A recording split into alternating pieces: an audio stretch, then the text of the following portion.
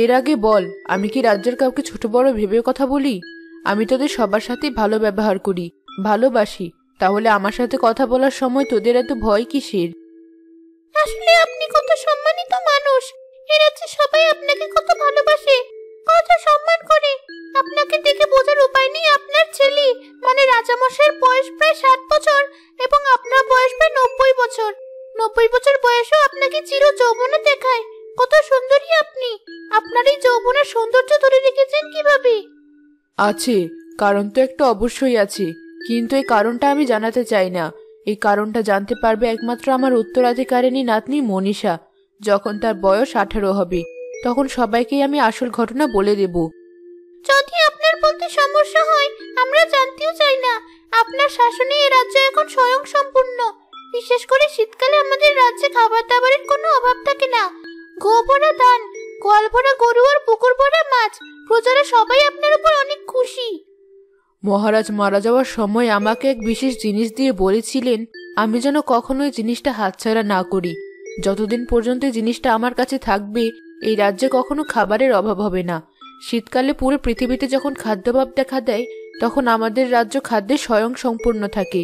ওই জিনিসটার জন্যই আজকে আমি চির যৌবনা। রানীমা, আমার খুব জানতে ইচ্ছে করছে সেই জিনিসটা আসলে কি। জানবি, একটু সময় অপেক্ষা কর। বললাম তো, সে জিনিসটা আমি মনীষার হাতেই তুলে দিতে চাই, কারণ সে রাজ্যের একমাত্র যোগ্য উত্তরাধিকারী। আমি আমার পুত্রকেও এই রাজ্যের যোগ্য মনে করি না। সে তো অনেক লোভী আর স্বার্থপর। আমার মৃত্যুর পরে রাজ্যের রানী হবে মনীষা। কিন্তু আপনার ছেলে তো কখনোই মেনে নেবে না রানীমা। সে তো সিংহাসনের জন্য অপেক্ষা করছে। তিনি অপেক্ষা করছেন কবে আপনি মৃত্যুবরণ করবেন আর কবে তিনি সিংহাসনে আরোহণ করবেন। হা হা হা হা, ভালোই বলেছিস। প্রতিটা মানুষ তার যোগ্যতা অনুযায়ী তার আসন পায়। প্রজাদের মনে আমার পুত্রের জন্য কোনো জায়গা নেই। কেউ তাকে পছন্দ করে না, সম্মান করে না আর ভালোবাসে না। এমন অযোগ্য একজনের হাতে আমি কি করে রাজ্যভার তুলে দিই? যা আপনি ভালো মনে করবেন তাই করবেন। আমি সামান্য দাসী, আমার এত হয়তো কৌতূহল থাকা একদম ভালো না। আমি যাই, আপনার খাবারের ব্যবস্থা করি। দুপুর হয়ে গেল।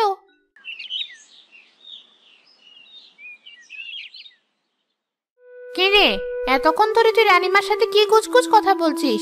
তোকে যা জানার জন্য ঘরে পাঠিয়েছিলাম তা জানতে পেরেছিস? রাজা তোর জন্য অপেক্ষা করছে। কি দাসী, তুমি নাকি মায়ের ঘরে গিয়েছিলে? তা মা কি বলেছে রাজ্যের সম্পর্কে? তার ভবিষ্যৎ পরিকল্পনা কি?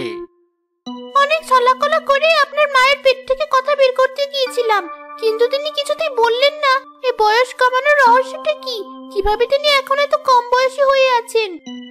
বোকা মেয়ে কোথাকার। তাহলে এতক্ষণ তুই রানীমার সাথে কি গল্প করছিলি? তবে আমি অনেক গুরুত্বপূর্ণ খবর নিয়ে এসেছি। তিনি শুধু এটুকু বললেন এই রাজ্যের পরবর্তী উত্তরাধিকারী হবে আপনাদের কন্যা মনীষা। দেখলেন রাজা, আপনি তো আশায় বুক বেঁধে আছেন। আপনার মা মৃত্যুবরণ করবে আর আপনি রাজ্যের রাজা হবেন। সবকিছুই জলে গেল। এই রাজ্যে আপনার কোনো অধিকার থাকবে না।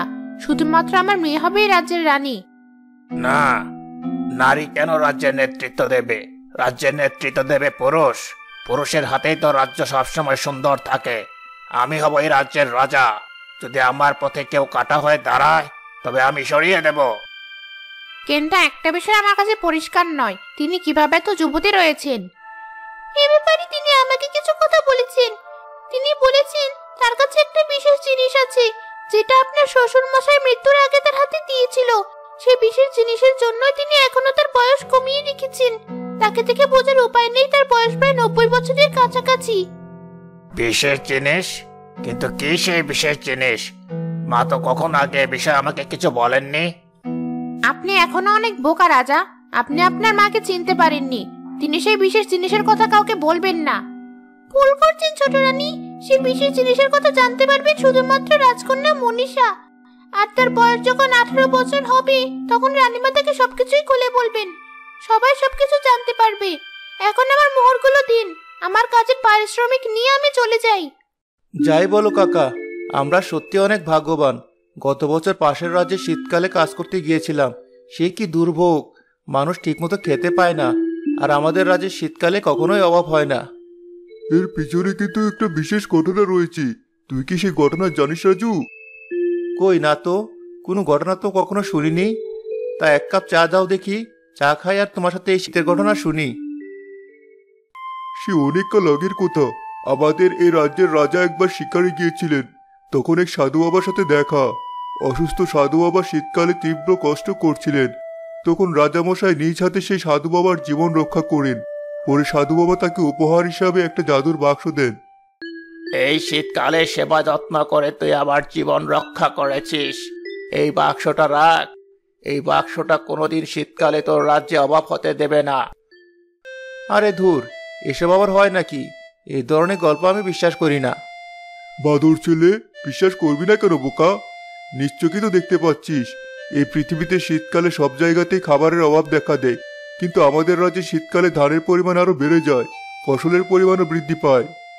তা তুমি ঠিকই বলেছো কাকা, কিন্তু আমার মনে একটা প্রশ্ন জেগেছে। সেই বাক্সটা তাহলে এখন কোথায়? কার কাছে আছে সেই বাক্স? সেটা আমি জানি না, তবে এই রাজ্যের রাজার কাছে যেন কখনো সেই বাক্স না আসে, কারণ আমাদের রাজা অনেক অলস আর অকর্মণ্য। সে রাজ্যের প্রজাদের ভালো চায় না। রানীমা তার কাছে কখনো এই রাজ্যের দায়িত্ব দেবেন না। তুমি ঠিকই বলেছ, এমন অকর্মণ্য রাজা পুরো পৃথিবীতে আর দ্বিতীয়টি নেই। কিন্তু তার মেয়ে মনীষা খুবই ভালো মানুষ। সে রাজ্যের মানুষের কল্যাণের কথা ভাবে। আমার মনে হয় এই রাজ্যের পরবর্তী উত্তরাধিকারী হবে রাজকন্যা মনীষা। থাক, এসব আলো এখন বাদ দে। দেয়ালেরও কান আছে। যদি রাজা জানতে পারে তাকে নিয়ে আমরা এসব আজে বাজে কথা বলছি, আমাদের গর্দান নিয়ে নেবে।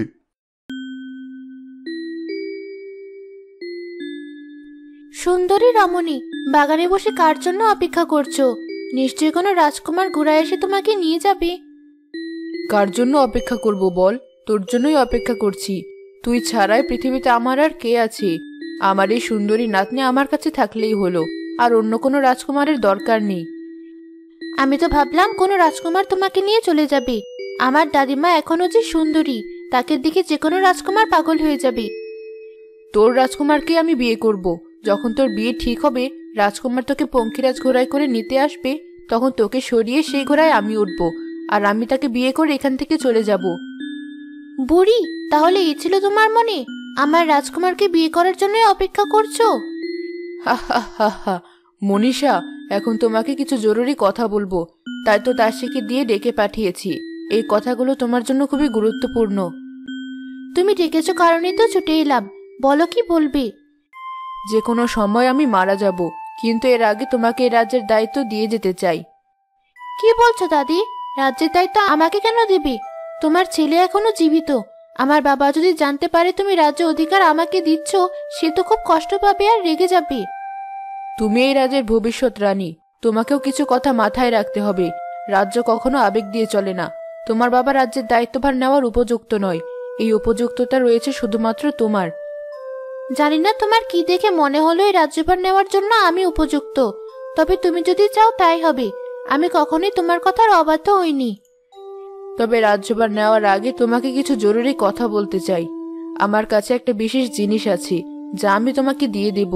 এটাই হবে এই রাজ্যের উত্তরাধিকারী হিসেবে পাওয়া তোমার প্রথম উপহার, যে উপহার তোমার দাদা আমাকে দিয়েছিলেন।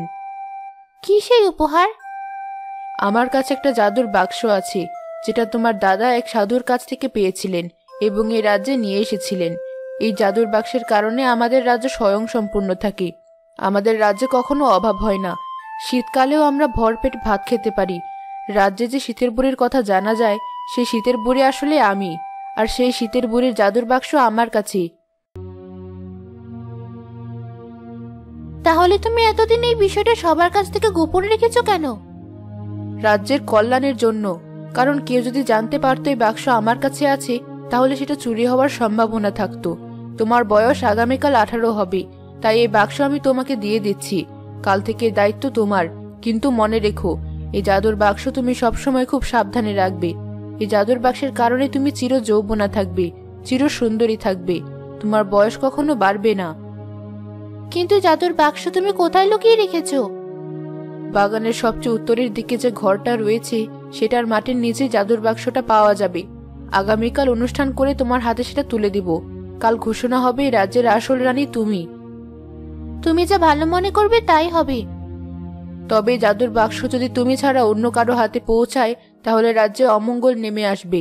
হঠাৎ করে শীতের তীব্রতা প্রচন্ড বেড়ে যাবে, দেখা দেবে ভয়ঙ্কর খাদ্যাভাব, আর রাজ্যের মানুষ মারা যাবে। রাজামশাই, আপনার জন্য দুর্দান্ত একটা খবর নিয়ে এসেছি। আপনার মনের আশা এতদিনে পূর্ণ হতে চলেছে। কি হয়েছে দাসী? কি নতুন খবর পেয়েছিস? অনেক বড় একটা খবর নিয়ে এসেছি। এই যে আপনার মা এত বছর হওয়ার পরেও অত্যন্ত যৌবনা এবং সুন্দরী হয়েছেন, এর পেছনে রয়েছে একটা জাদুর বাক্স। রাজ্যে যে শীতের পুরীর কথা শোনা যায় সেটা আর কেউ নয়, আপনার মা। আপনার বাবা আপনার মার জন্য একটা জাদুর বাক্স এনেছিলেন, যেটা তিনি বহু বছর ধরে উত্তর বাগানের একটা ঘরে লুকিয়ে রেখেছেন। তাহলে তো আর এক মুহূর্ত দেরি করার কোনো অবকাশ নেই। আজ রাতেই সেই জাদুর বাক্সটা চুরি করে আমি আমার কাছে নিয়ে আসব। রাজামশাই, আর এক মুহূর্ত দেরি করা ঠিক হবে না। আগামীকাল আপনার মা রাজ্যের সবার সামনে আপনার মেয়েকে রানী হিসেবে ঘোষণা করবেন এবং সেই জাদুর বাক্স তার হাতে তুলে দিবেন। এই সুযোগ আমি মাকে কখনোই দেব না। আমি এখনই মায়ের সাথে গিয়ে চূড়ান্ত কথা বলবো। যদি উনি আমার কথায় রাজি না হন, তাহলে এই রাজ্য থেকে আমি সেই জাদুর বাক্স সরিয়ে ফেলবো। রানীমা, আমি কি ভেতরে আসতে পারি? যদি আপনি অনুমতি দেন, আপনার সাথে কিছু বিষয়ে কথা বলবো। কি ব্যাপার, আজ তুমি হঠাৎ করে আমার এখানে? কোনোদিন তো মায়ের খোঁজ নাও না, সারাদিন শুধু ঘুরে বেড়াও আর মানুষের ক্ষতি করো। দেখুন রানীমা, আপনার সাথে অযথা কথা বলে আমি আপনার মূল্যবান সময় নষ্ট করব না। শুধু এটুকু বলতে এসেছি, এই রাজ্যের দায়িত্ব আমাকে বুঝিয়ে দিন। আপনার যথেষ্ট বয়স হয়েছে, এখন আপনার বিশ্রাম প্রয়োজন। হা হা হা হা হা, এই কথা বলার জন্য এত কষ্ট করে ছুটে এসেছো? এই রাজ্যের দায়িত্ব আমি তোমাকে কখনোই বুঝিয়ে দেব না। এই রাজ্যের দায়িত্বভার নেওয়ার মতো উপযুক্ত তুমি না। তুমি অকর্মণ্য, অলস এবং অপদার্থ। ঠিক আছে, আপনি যা ভালো মনে করেন তাই করবেন, কিন্তু মনে রাখবেন, এটা আমি কখনোই মন থেকে মেনে নেব না।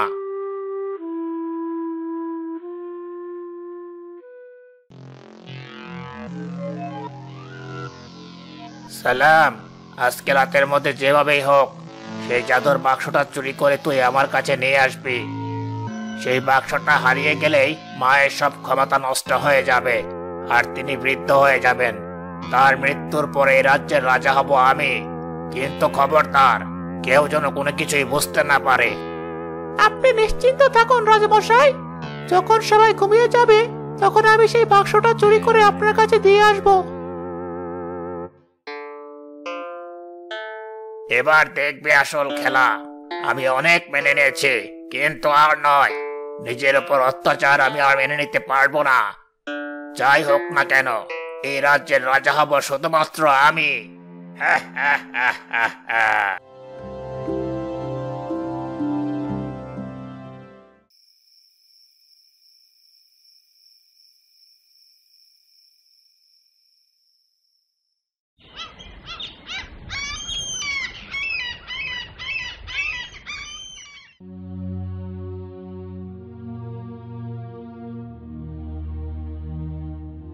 কাকা, আমার সব ফসল নষ্ট হয়ে গেছে, আমার সর্বনাশ হয়ে গেছে। প্রচন্ড ঠান্ডায় ঘর থেকে বের হওয়া যাচ্ছে না। এ কি করে হলো কাকা? রাজ্যে বাপের জন্মতে এমন অবস্থা কখনোই দেখিনি। রাজু, আমাদের সবকিছু শেষ হয়ে গেছে। রাজ্যে প্রচন্ড ঠান্ডা নেমে এসেছে। আমার মনে হয় সেই জাদুর বাক্সের কোনো একটা ক্ষতি হয়েছে, তাই তো এমন দুর্যোগ দেখা দিয়েছে। চল, আমরা দেরি না করে এখনই রানীমার কাছে যাই। রানীমা, দেখতে পাচ্ছেন আমাদের কত বড় ক্ষতি হয়ে গেছে। আমরা এখন কি করব? দয়া করে আমাদের একটা উপায় বলে দিন। হে রানীমা, রাতে শত শত মানুষ না খেতে পেয়ে মরে যাচ্ছে।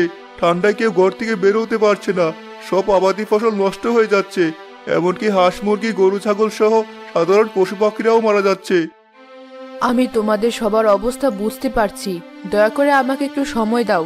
আমি জানতে চাইছি আসলে কি হয়েছে। আমার মনে হয় সে জাদুর বাক্সটা আসলে চুরি হয়ে গেছে। আমারও মনে হচ্ছে সেই জাদুর বাক্সটা চুরি হয়ে গেছে, আর জাদুর বাক্সটা খারাপ একজন মানুষের হাতে পড়েছে। আপনি দয়া করে জাদুর বাক্সটা উদ্ধার করার ব্যবস্থা করুন, যাতে আমরা খুব তাড়াতাড়ি এমন খারাপ অবস্থা থেকে নিস্তার পেতে পারি। তবে যাই হোক না কেন, যে এই জাদুর বাক্স চুরি করুক না কেন, তাকে আমার হাতে ধরা পড়তেই হবে। আর রাজ্যের সবার সামনে আমি তার মৃত্যুদণ্ড ঘোষণা করব। আপনার উপর আমাদের বিশ্বাস রয়েছে রানীমা, তবে আমরা এখন যাই।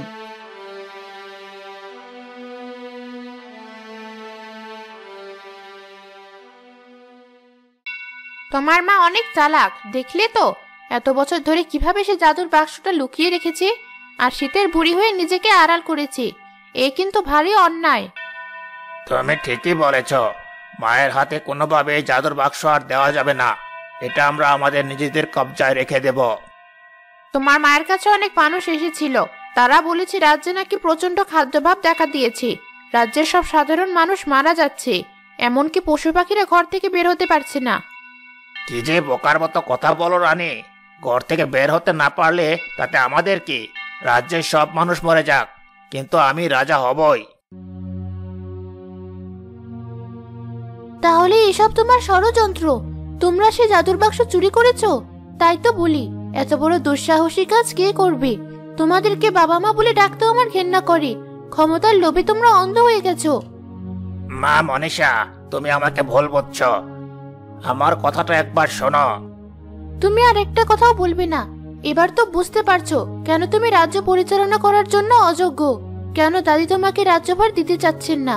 যে রাজা নিজের স্বার্থের জন্য রাজ্যের মানুষের ক্ষতি চায়, রাজ্যের মানুষের মৃত্যু কামনা করে, সে আর যাই হোক কখনোই রাজ্য পরিচালনা করার জন্য উপযুক্ত নয়। আমি এখনই রানীমার কাছে গিয়ে সব সত্যি খুলে বলবো। সেই সুযোগ তুমি কোনোদিন পাবে না মনীষা। আমি এখনই তোমাকে বন্দি করার আদেশ দিচ্ছি। কে কোথায় আছো? এখন এই অবাধ্য রাজকন্যাকে বন্দি করে রাখো, সেই জন্য আর সূর্যের আলো কোনোদিনও দেখতে না পারে। এ কি করছেন আপনি রাজা? ও আমাদের সন্তান, আপনি মনীষাকে ছেড়ে দিন। চুপ করো রানী, আরেকটা কথাও বলবে না। যদি আরেকটা কথা বলো তাহলে মনীষার সাথে তোমাকেও আমি অন্ধকুটিরিতে বন্দি করে রাখবো।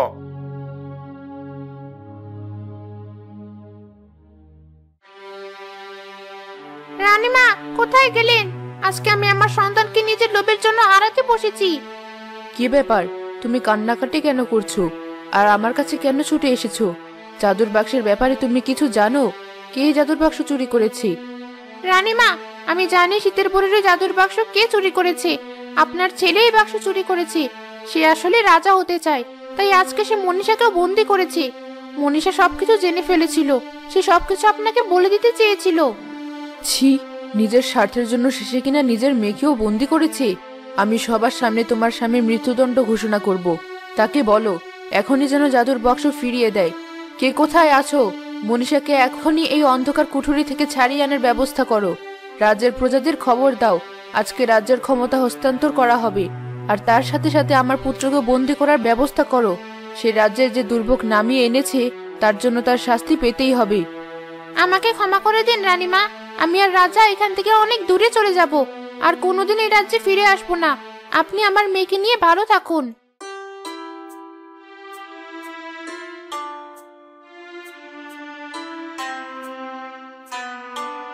জয় রানীমার জয়। জয় রানীমার জয়। তোমরা সবাই থামো, আমার একটা জরুরি ঘোষণা করা বাকি। আমি রাজ্যের সব ক্ষমতা আজকে থেকে ছেড়ে দিচ্ছি। সব ক্ষমতা আমি আমার নাতনি মনীষার হাতে তুলে দিচ্ছি। এখন থেকে ওই তোমাদের নতুন রানী। জয় নতুন রানীর জয়। জয় রানী মনীষার জয়। আপনি আমার হাতে যে দায়িত্ব অর্পণ করলেন আমি তা মাথা পেতে নিলাম। আজ থেকে আমি সে দায়িত্ব সুষ্ঠুভাবে পালন করব। রাজ্যে ষড়যন্ত্র করার অভিযোগে আমার বাবা ও মাকে শাস্তি দেওয়া হলো।